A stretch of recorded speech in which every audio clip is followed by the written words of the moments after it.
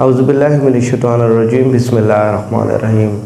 आज हम पढ़ेंगे chemistry class first year chapter number 3 chemical bonding. और इस केमिकल बॉन्डिंग का लास्ट टॉपिक चल रहा है जिसमें हमने मॉलिक्यूलर ऑर्बिटल थ्योरी जो है इसको हमने पढ़ा था। और इसके जितने भी मतलब के terms and conditions, rules, regulations और ऑर्बिटल्स की फॉर्मेशन, ऑर्बिटल कौन कौन से बनेंगे, इलेक्ट्रॉनिक कॉन्फ़िगरेशन, सारा ईच एंड एवरीथिंग हमने लेक्चर नंबर फर्स्ट के अंदर जो है ये पार्ट 1 वीडियो थी उसके अंदर हमने कंप्लीट किया। और अब हम उसी जो हमने पार्ट 1 में सारी चीज़ें पढ़ी हम उसी का एप्लीकेशन करेंगे, यानी हम मुख्तलिफ मॉलिक्यूल्स को एक्सप्लेन करेंगे according to molecular orbital theory. और मॉलिक्यूलर ऑर्बिटल थ्योरी में सबसे पहले H2 मॉलिक्यूल को हम लोग जो है वो एक्सप्लेन करते हैं कि H2 मॉलिक्यूल के अंदर क्या होता है। H2 मॉलिक्यूल के अंदर, अच्छा अगर आपने ये सारे पहले आपने ये वीडियो देख ली, इससे पहले वाली वीडियो ना देखी तो ये आपको समझ नहीं आएगा, तो डिस्क्रिप्शन में पहली वीडियो का लिंक मौजूद है, आप उसको जाके पहले देखें, पहले सारी MOT की टर्म्स एंड कंडीशन समझें, फिर उसके बाद ही ये लेक्चर आपको समझ आएगा। तो उसके जो वीडियो है उसका डिस्क्रिप्शन में लिंक मौजूद है, आप वहाँ से जाके देख सकते हैं। उसके बाद अगर हम बात करें, हाइड्रोजन जो है वो बॉन्ड बनाता है दूसरे हाइड्रोजन के साथ, तो हर एक हाइड्रोजन के 1s में एक इलेक्ट्रॉन होता है। इसी तरीके से दूसरे हाइड्रोजन के 1s में भी एक इलेक्ट्रॉन होगा, तो ये आपस में ओवरलैपिंग करेंगे और इस ओवरलैपिंग के नतीजे में हमारे पास एक बॉन्डिंग मॉलिक्यूलर ऑर्बिटल और एक एंटी बॉन्डिंग मॉलिक्यूलर ऑर्बिटल बनता है। ये हमारे पास 1s है, ये 1s है, इसकी एनर्जी जो है उस बॉन्डिंग मॉलिक्यूलर ऑर्बिटल से ज़्यादा होती है और एंटी बॉन्डिंग से कम होती है। दोनों जब आपस में ओवरलैप करते हैं, मॉलिक्यूल बनाते हैं, तो उस मॉलिक्यूल के अंदर 2 ऑर्बिटल होते हैं, एक बॉन्डिंग मॉलिक्यूलर ऑर्बिटल होता है और एक एंटी बॉन्डिंग मॉलिक्यूलर ऑर्बिटल होता है। जैसा कि हमने यहाँ देखा कि 1s में, दोनों के 1s में एक इलेक्ट्रॉन होगा, ठीक है, दोनों के 1s में एक इलेक्ट्रॉन, यहाँ पे भी एक इलेक्ट्रॉन है, यहाँ पे भी एक इलेक्ट्रॉन है, तो ये दोनों इलेक्ट्रॉन ऑफ वो प्रिंसिपल के मुताबिक हम ये इलेक्ट्रॉन दोनों जो है वो यहाँ पे फिल कर लेंगे। तो जब ये दोनों इलेक्ट्रॉन यहाँ पे फिल हो जाएंगे तो इसका बॉन्ड ऑर्डर जब निकालेंगे तो बॉन्डिंग में 2 इलेक्ट्रॉन है, माइनस एंटी बॉन्डिंग में कोई इलेक्ट्रॉन नहीं है, डिवाइडेड बाय 2, तो इज इक्वल टू 1, यानी इसका बॉन्ड ऑर्डर 1 है। तो जो H2 मॉलिक्यूल होता है उस H2 मॉलिक्यूल के अंदर 1 एक ही बॉन्ड होता है, यानी 1 बॉन्ड ऑर्डर का मतलब एक इक्विवेलेंट बॉन्ड होगा।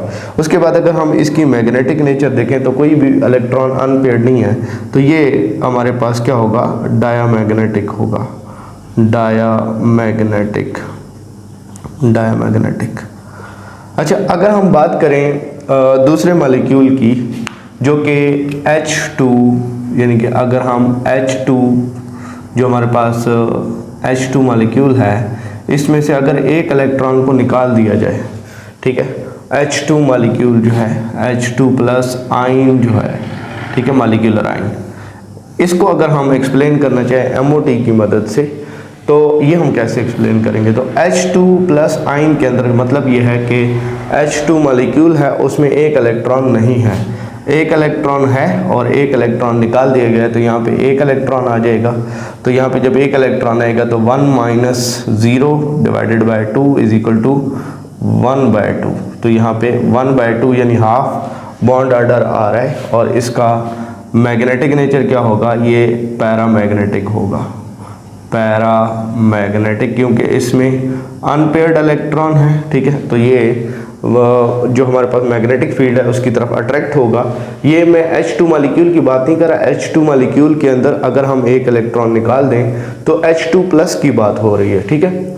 उसके बाद अगर हम यही H2 जो है, यानी ये हमने यहाँ तक ये सारी चीज़ें एक्सप्लेन कर ली। अब हम अगर बात करें H2 माइनस की, यानी H2 एनाइन जो है ये मॉलिक्यूलर कैटाइन है, ये हमारे पास मॉलिक्यूलर कैटाइन। अच्छा अगर हमारे पास मॉलिक्यूलर एनाइन हो, ये मॉलिक्यूलर एनाइन होगा, मॉलिक्यूलर एनाइन, ठीक है। इसका ये मतलब होगा कि यहाँ से तो एक मतलब ये था कि दोनों हाइड्रोजन में जो इलेक्ट्रॉन बॉन्डिंग वाले थे एक एक इलेक्ट्रॉन इन्होंने शेयर किया हुआ था, तो उनमें से एक इलेक्ट्रॉन को निकाल दिया गया है, ठीक है। तो फिर इस मॉलिक्यूल में कितना बॉन्ड होगा, तो हाफ बॉन्ड होगा। अच्छा, इस थ्योरी की खूबसूरती ये है कि ये हाफ बॉन्ड यानी जितना भी बॉन्ड होगा 1.2 है, यानी हाफ बॉन्ड, आधा बॉन्ड भी ये बताती है कि इन दोनों जो है मॉलिक्यूल में जो एटम है मॉलिक्यूलर आइन में, इनके दरम्यान में आधा बॉन्ड है, पूरा बॉन्ड नहीं है। तो हम इसमें भी देखेंगे कि अगर हमारे पास एक तरफ से एक इलेक्ट्रॉन है, दूसरी तरफ से भी एक इलेक्ट्रॉन है, तो एक और इलेक्ट्रॉन जो कि एक्स्ट्रा है, माइनस का मतलब एक इलेक्ट्रॉन एक्स्ट्रा है, तो 2 इलेक्ट्रॉन यहाँ पे फिल होंगे और एक इलेक्ट्रॉन यहाँ पे फिल होगा अब वो प्रिंसिपल के मुताबिक। तो इसका बॉन्ड ऑर्डर अगर हम कैलकुलेट करेंगे तो 2 - 1 डिवाइडेड बाय कितना आ जाएगा 2, तो इसका भी बॉन्ड ऑर्डर कितना आएगा 1/2 आएगा, इसका भी बॉन्ड ऑर्डर। और इसका मैग्नेटिक नेचर क्या होगा, क्योंकि इसमें अनपेयर्ड इलेक्ट्रॉन है तो ये पैरामैग्नेटिक इन नेचर होगा, पैरामैग्नेटिक इन नेचर, ठीक है। ये पैरामैग्नेटिक है, ये भी मैग्नेटिक फील्ड की तरफ अट्रैक्ट होगा। अब हम इसमें देखें बॉन्ड ऑर्डर, तो बॉन्ड ऑर्डर तो हमारे पास ये भी आधा बॉन्ड है, इसके दरम्यान में ये भी आधा बॉन्ड है, ये एक बॉन्ड है। तो क्या मतलब इनमें स्टेबल कौन सा मॉलिक्यूल है, यानी ये स्टेबल है, ये स्टेबल है, ये स्टेबल। तो स्टेबिलिटी ऑर्डर कैसे देखेंगे, स्टेबिलिटी ऑर्डर देखने के लिए 2 चीज़ें होती हैं, ठीक है। सबसे पहले तो बॉन्ड ऑर्डर देखा जाता है स्टेबिलिटी देखने के लिए, यानी कोई भी चीज़ स्टेबिलिटी है, स्टेबिलिटी देखने के लिए आप 2 चीज़ें देखते हैं, ठीक है। बॉन्ड ऑर्डर, ठीक है, सबसे पहले तो बॉन्ड ऑर्डर देखते हैं। और अगर बॉन्ड ऑर्डर के बाद अगर बॉन्ड ऑर्डर 2 चीज़ों का बराबर आ रहा हो तो फिर आप क्या देखते हो, फिर number of electrons in anti bonding, ठीक है। एंटी बॉन्डिंग में नंबर ऑफ इलेक्ट्रॉन किसके कम है, ठीक है, ये देखते हो, ठीक हो गया। 2 चीज़ें देखते हैं स्टेबिलिटी देखने के लिए, स्टेबिलिटी बॉन्ड ऑर्डर से देखी जाती है। अगर 2 चीज़ों का बॉन्ड ऑर्डर सेम आ रहा है तो फिर हम एंटी बॉन्डिंग में इलेक्ट्रॉन्स देखते हैं कि एंटी बॉन्डिंग में इलेक्ट्रॉन किसके ज़्यादा या कम है। अच्छा, अब हम इनमें मैं इसी चीज़ को एक्सप्लेन करूँगा कि इनमें क्या ऐसी बात है। अभी इन दोनों का जो है वो बॉन्ड ऑर्डर क्या है, बराबर है 1/2। तो आपके जहन में आ रहा होगा कि दोनों बराबर की स्टेबिलिटी रखेंगे, नहीं, ऐसा नहीं है, ये अनस्टेबल होगा, इसकी निस्बत ये लेस स्टेबल है, ये मोर स्टेबल। ये जो है हमारे पास ये लेस स्टेबल है, ये मोर स्टेबल है। ये लेस स्टेबल क्यों है कि इसके एंटी बॉन्डिंग में एक इलेक्ट्रॉन आ गया। तो एंटी बॉन्डिंग में जब एक इलेक्ट्रॉन आ जाता है तो बॉन्ड स्टेबल नहीं रहता, बॉन्ड अनस्टेबल हो जाता है।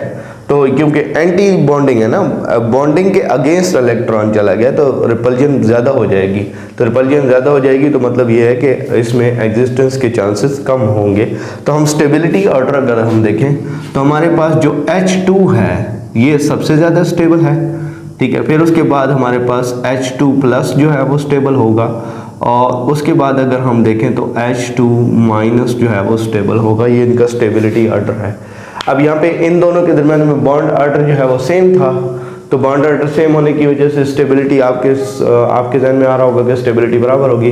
जब दोनों का बॉन्ड ऑर्डर सेम हो जाए तो फिर आपने number of anti bonding electrons जो हैं वो देखने हैं। एंटी बॉन्डिंग इलेक्ट्रॉन्स जो हैं वो अगर जिसमें ज़्यादा होंगे तो वो अनस्टेबल होगा और जिसमें कम होंगे तो वो स्टेबल होगा।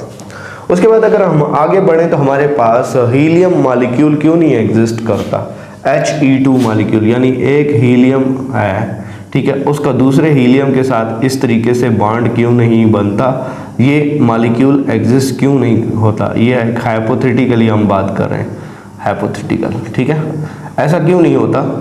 तो इसको भी कोई और थ्योरी जो है वो एक्सप्लेन नहीं करती, वो यही से एक्सप्लेन होता है। अगर हम एक हीलियम में देखें, यहाँ पे इस हीलियम के अंदर 1s2 यानी 2 इलेक्ट्रॉन हैं, इस हीलियम में भी क्या होंगे 1s2 यानी कि 2 इलेक्ट्रॉन होंगे। यानी दोनों हीलियम के एटम जो हैं जो आपस में कंबाइन हो रहे हैं, इनके दोनों में यानी कि 2-2 इलेक्ट्रॉन हैं। तो 2 इलेक्ट्रॉन यहाँ पे फेल हो जाएंगे, 2 इलेक्ट्रॉन यहाँ पे फेल हो जाएंगे। तो बॉन्ड ऑर्डर जब हम निकालेंगे तो 2 - 2 डिवाइडेड बाय 2 = 0। तो हमारे पास बॉन्ड ऑर्डर 0 है, तो हम ये कहेंगे because bond order between He atoms is 0, so this molecule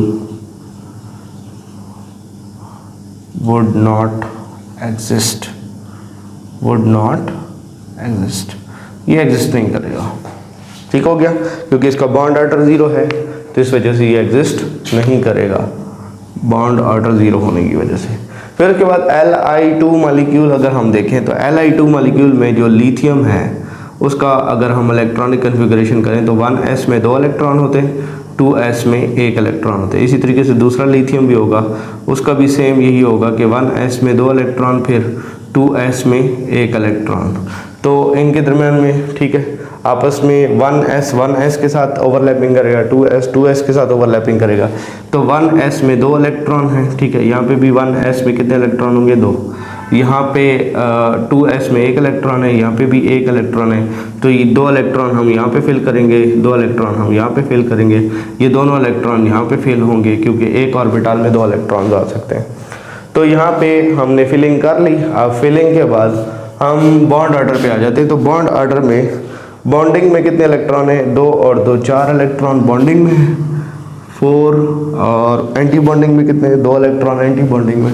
तो 4 - 2 डिवाइडेड बाय 2 = 1। ठीक है, तो इसके Li2 मॉलिक्यूल जो है उसके दरम्यान में बॉन्ड ऑर्डर क्या होगा?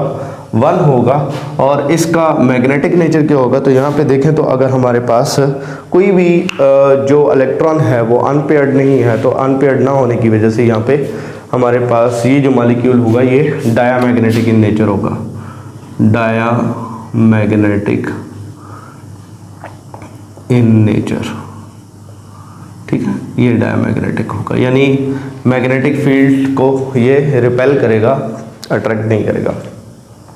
अच्छा, मज़े की बात, अगर हम इनकी इलेक्ट्रॉनिक कन्फिगरेशन लिखना चाहिए, जैसे Li2 मॉलिक्यूल की इलेक्ट्रॉनिक, एक सवाल आ जाए, write down the electronic configuration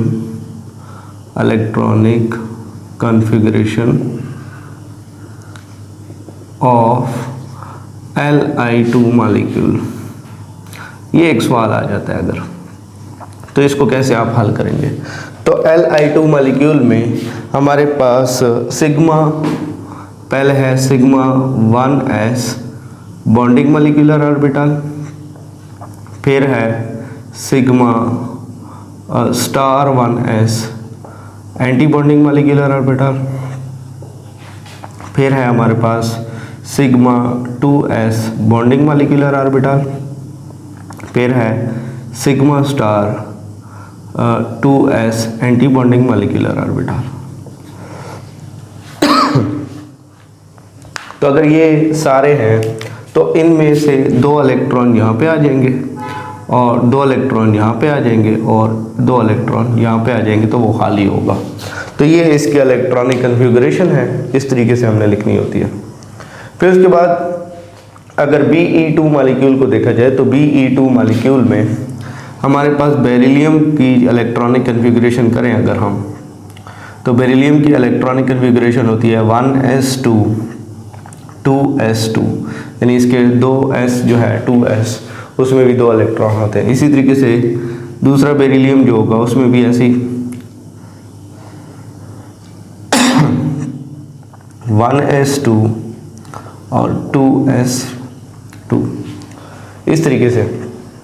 तो अगर हम यहाँ पे भी 2 इलेक्ट्रॉन हैं, यहाँ पे भी 2 इलेक्ट्रॉन हैं, यहाँ पे भी 2 इलेक्ट्रॉन हैं, यहाँ पे भी 2 इलेक्ट्रॉन हैं, तो 2 यहाँ पे फेल हुए, 2 यहाँ पे फेल हुए, 2 यहाँ पे फेल हुए, 2 यहाँ पे फेल हुए।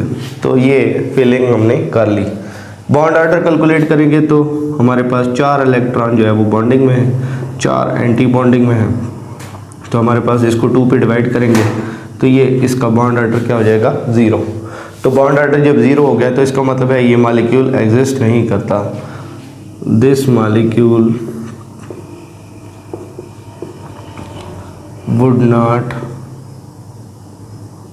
would not exist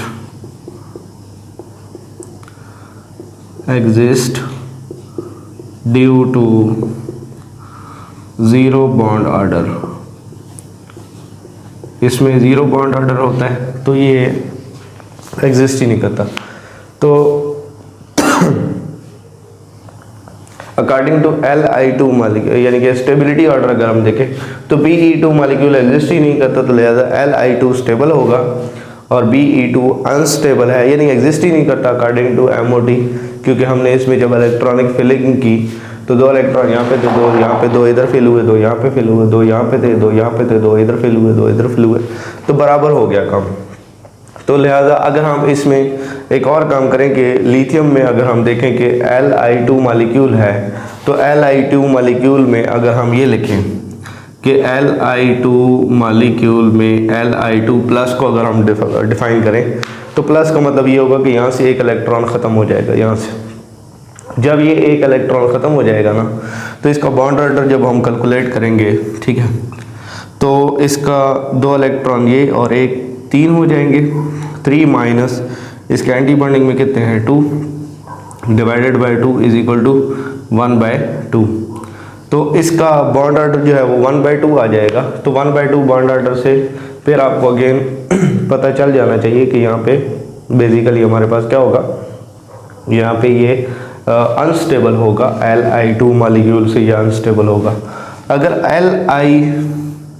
Li2 minus अगर हम कर लें तो इसका क्या आंसर होगा, तो एक इलेक्ट्रॉन अगर मज़ीद बढ़ा देंगे तो एक इलेक्ट्रॉन यहाँ पे आ जाएगा। जब एक इलेक्ट्रॉन यहाँ पे आ जाएगा तो हमारे पास एंटी बॉन्डिंग में कितने हो जाएंगे, बॉन्डिंग में हमारे पास 4 होंगे, 2 और 2 4, और एंटी बॉन्डिंग में कितने होंगे, एंटी बॉन्डिंग में 2 और 1 3 हो जाएंगे। तो डिवाइडेड बाय 2, तो ये हमारे पास कितना हो जाएगा 1/2। इसका भी बॉन्ड ऑर्डर 1/2 होगा।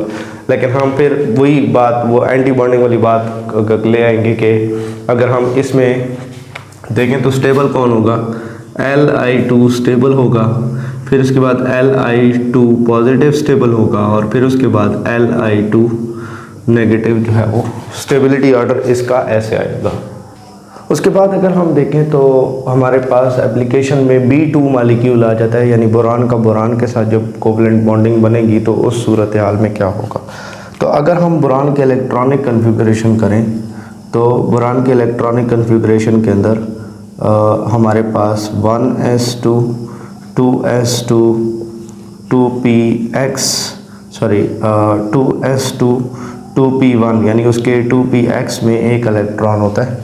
और इसी तरीके से दूसरा बोरान होगा तो उसमें भी यही सेम 1s2 2s2 2p1 यानी 2px 2py 2pz 2py 2pz ये खाली होंगे। ठीक हो गया। तो लिहाजा 1s में 2 इलेक्ट्रॉन है, ठीक है, इधर से भी 1s में 2 इलेक्ट्रॉन है, 2s पे भी 2 इलेक्ट्रॉन है, यहाँ पे भी 2s में 2 इलेक्ट्रॉन है। जो 2px है ना उधर एक एक इलेक्ट्रॉन है, ठीक है।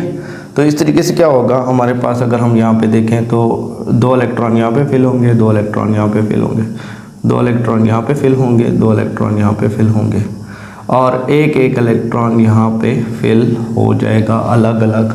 क्योंकि आपको पता है कि जब इलेक्ट्रॉन कोई 2 बराबर वाले एनर्जी लेवल मौजूद हों तो इलेक्ट्रॉन सेपरेट रहना, सेम स्पिन के साथ सेपरेट रहना पसंद करते हैं। तो यहाँ पे 2 इलेक्ट्रॉन जो है वो बॉन्डिंग के अंदर π2py BMO and π2pz BMO में अलग अलग 2 इलेक्ट्रॉन रहेंगे।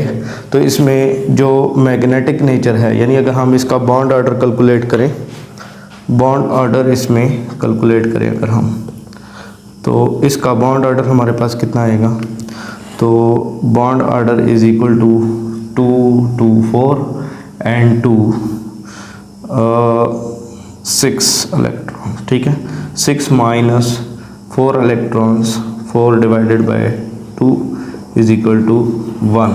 तो B2 मालिक्यूल के दरमियान में जो बॉन्ड ऑर्डर है वो 1 होगा, और ये पैरामैग्नेटिक इन नेचर होगा, पैरामैग्नेटिक इन नेचर, ठीक है। ये पैरामैग्नेटिक होगा, क्यों, क्योंकि इसके 2 इलेक्ट्रॉन अनपेयर्ड होंगे यहाँ पे, तो इस वजह से ये पैरामैग्नेटिक होगा।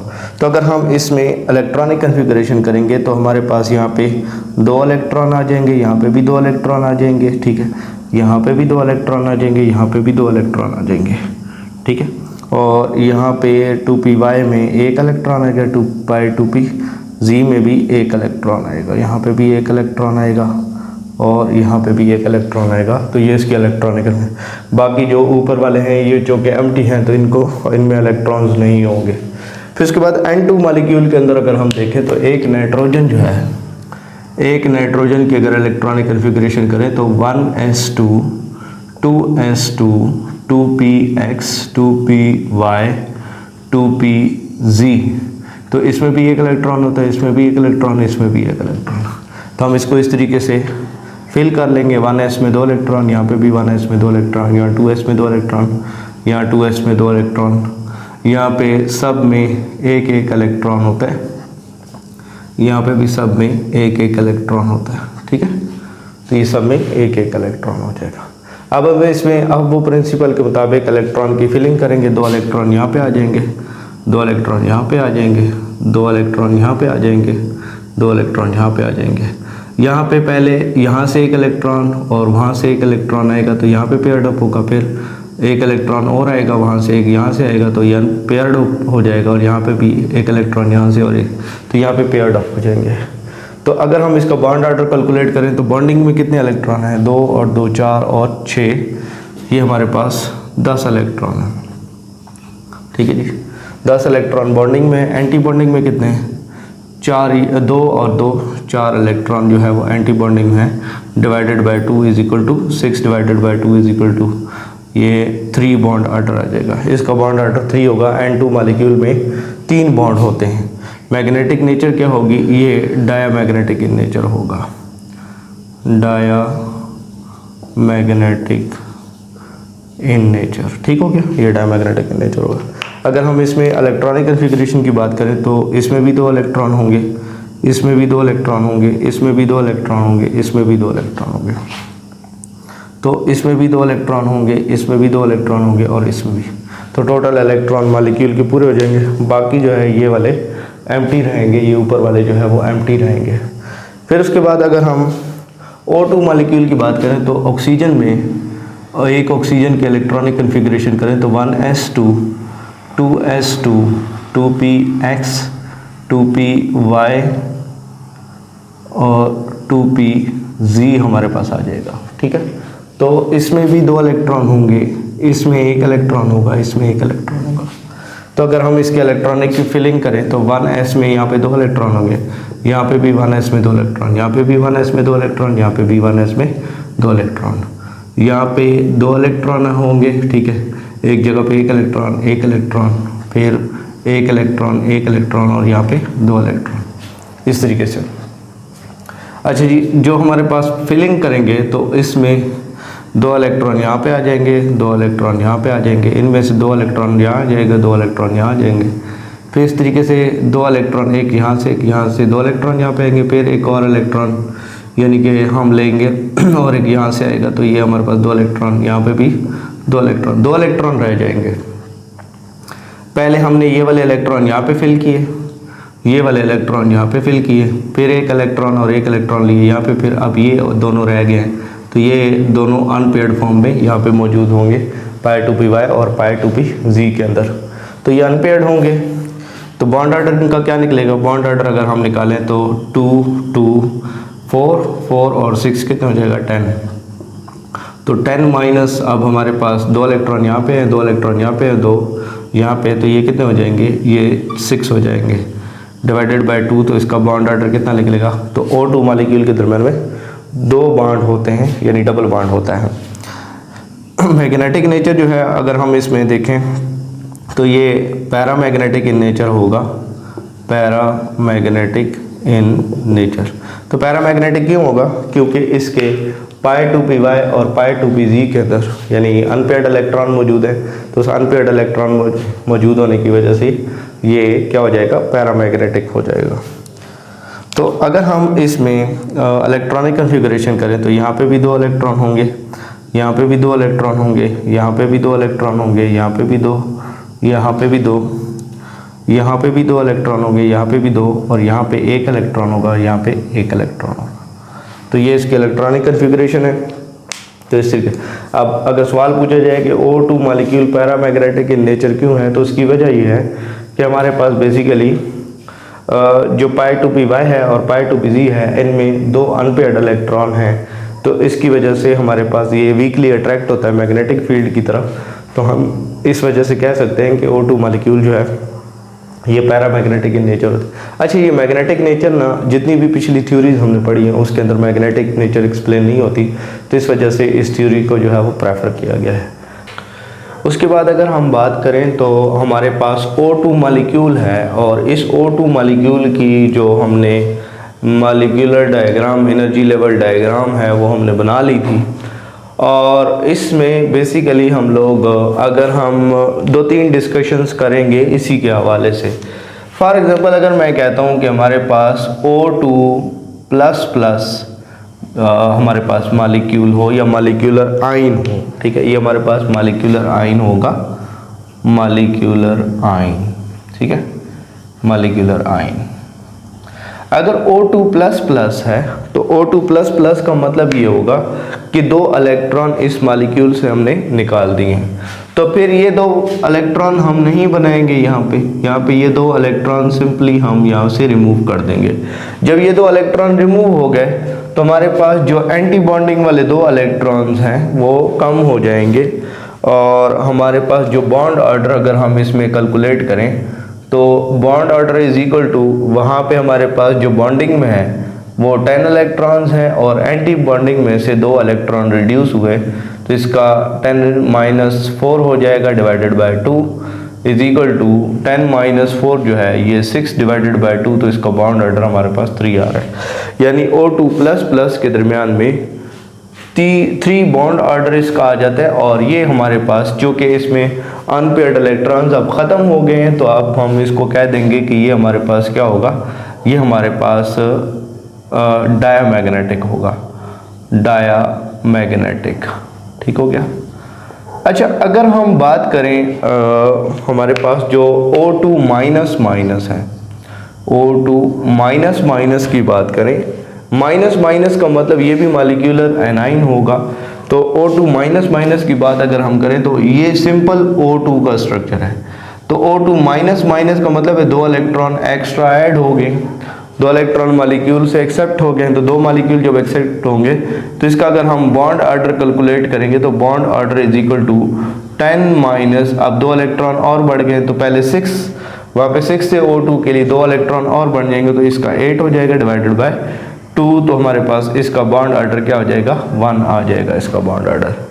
उसके बाद अगर हम इसमें बात करें कि ये डायामैग्नेटिक होगा या पैरामैग्नेटिक, तो इसमें कोई भी इलेक्ट्रॉन अनपेयर्ड नहीं होगा, तो ये हमारे पास क्या होगा, डायामैग्नेटिक होगा, डायामैग्नेटिक। यानी O2 की जो दोनों स्पीशीज हैं, O2++ और O2-, ये बेसिकली दोनों जो है वो हमारे पास क्या है, डायामैग्नेटिक हैं। और आपकी एक्सरसाइज में एक क्वेश्चन है जिसमें O2+ का जिक्र है, ठीक है। O2+ का मतलब ये होगा कि अगर हमारे पास O2 मॉलिक्यूल है ना, ठीक है, O2 मॉलिक्यूल, तो उसमें सिंपली O2 मॉलिक्यूल इस तरह से होता है।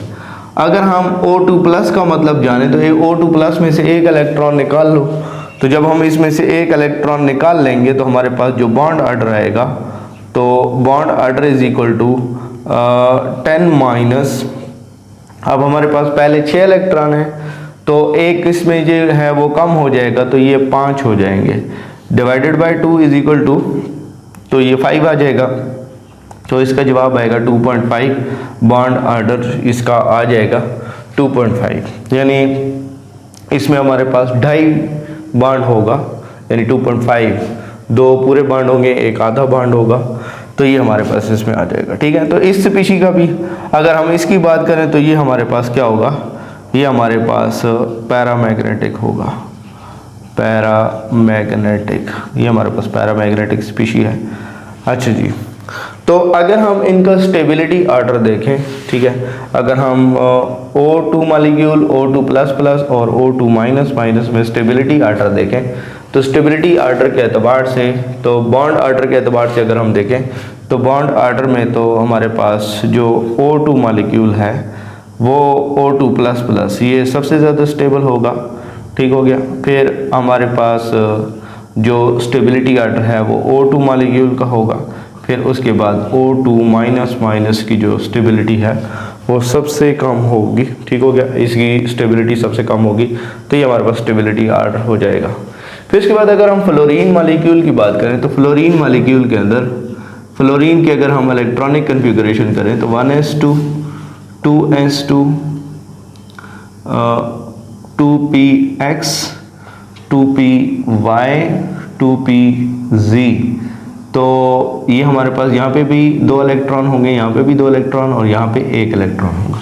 इसी तरीके से फ्लोरीन जो है वो दूसरा जो मॉलिक्यूल होगा उसका भी हम इसी तरीके से ये इलेक्ट्रॉनिक कन्फिगरेशन करेंगे, तो यहाँ पे 2 इलेक्ट्रॉन आ जाएंगे, यहाँ पे भी 2 इलेक्ट्रॉन आ जाएंगे, यहाँ पे भी 2 इलेक्ट्रॉन आ जाएंगे, यहाँ पे भी 2 इलेक्ट्रॉन आ जाएंगे, और हमारे पास 2pz, इसमें भी 2 इलेक्ट्रॉन हैं, सॉरी 2pz में 1 इलेक्ट्रॉन है, 2py में 2 इलेक्ट्रॉन है, 2px में 2 इलेक्ट्रॉन है, यहाँ पे भी 2px में 2 इलेक्ट्रॉन है, यहाँ पे भी 2 इलेक्ट्रॉन है, यहाँ पे 1 इलेक्ट्रॉन है। तो इसकी हम फिलिंग करते हैं, तो फिलिंग ऑफ वो प्रिंसिपल के मुताबिक यहाँ पे भी 2 इलेक्ट्रॉन आ जाएंगे, यहाँ पे भी 2 इलेक्ट्रॉन आ जाएंगे, यहाँ पे भी 2 आ जाएंगे, यहाँ पे भी 2 आ जाएंगे, तो ये इलेक्ट्रॉन हमने फिल कर लिए। तो 2 इलेक्ट्रॉन यहाँ से ले लेंगे, ये यहाँ पे फिल हुए, 2 इलेक्ट्रॉन यहाँ से ले लेंगे, ये यहाँ से फिल हुए, फिर 2 इलेक्ट्रॉन यहाँ से ले लेंगे, वो यहाँ से फिल हुए। तो हमारे पास ना यानी ये इलेक्ट्रॉन भी यहाँ आ गए, ये इलेक्ट्रॉन भी आ गए, ये भी आ गए, तो उसके बाद 2 इलेक्ट्रॉन यहाँ पे चले जाएंगे, ठीक हो गया, और 2 इलेक्ट्रॉन जो है वो यहाँ पे चले जाएंगे। अब हमारे पास ये जो है इसका बॉन्ड ऑर्डर अगर हम निकालें तो bond order is equal to bonding electron कितने हैं, ये 2 हो गए, ये 2 हो गए, 4 और 6 कितने हो गए 10, तो 10 इलेक्ट्रॉन जो है वो बॉन्डिंग में है, माइनस एंटी बॉन्डिंग में अगर इलेक्ट्रॉन देखें तो 2 यहाँ पे, 2 यहाँ पे और 4 जो है वो यहाँ पे, तो 4 और 4 8 हो जाएंगे, तो डिवाइडेड बाय 2 ये हमारे पास हो जाएगा 1। बॉन्ड ऑर्डर जो फ्लोरीन मॉलिक्यूल का आएगा, यानी फ्लोरीन मॉलिक्यूल के अंदर बॉन्ड ऑर्डर 1 है, तो ये इसमें कोई भी इलेक्ट्रॉन जो है वो अनपेयर्ड नहीं है, तो ये हमारे पास क्या होगा, ये डायामैग्नेटिक होगा, डायामैग्नेटिक, यानी मैग्नेटिक फील्ड की तरफ क्या होगा, ये वीकली रिपेल होगा।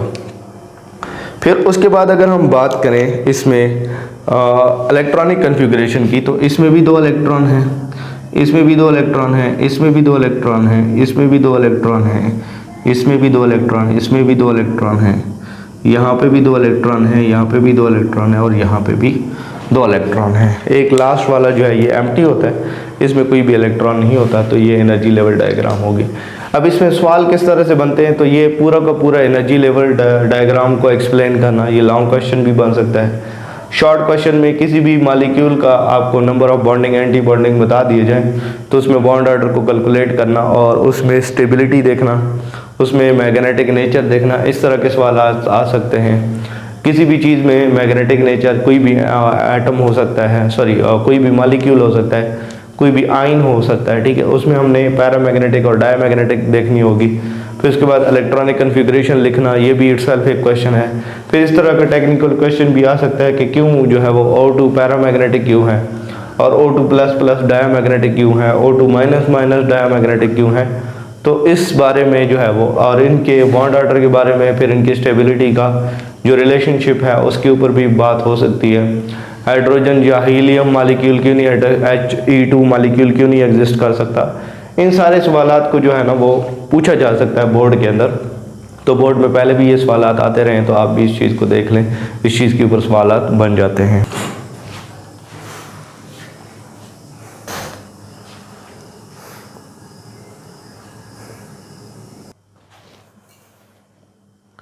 अगर आप इस चैनल पे नए आए हैं तो इस चैनल को सब्सक्राइब करें, वीडियो को लाइक करें, शेयर करें, कमेंट करें, अपने क्वेश्चंस कमेंट में लिखें। जो भी आपका क्वेश्चन है तो वो आप कमेंट में लिख के पूछ सकते हैं। Thank you so much.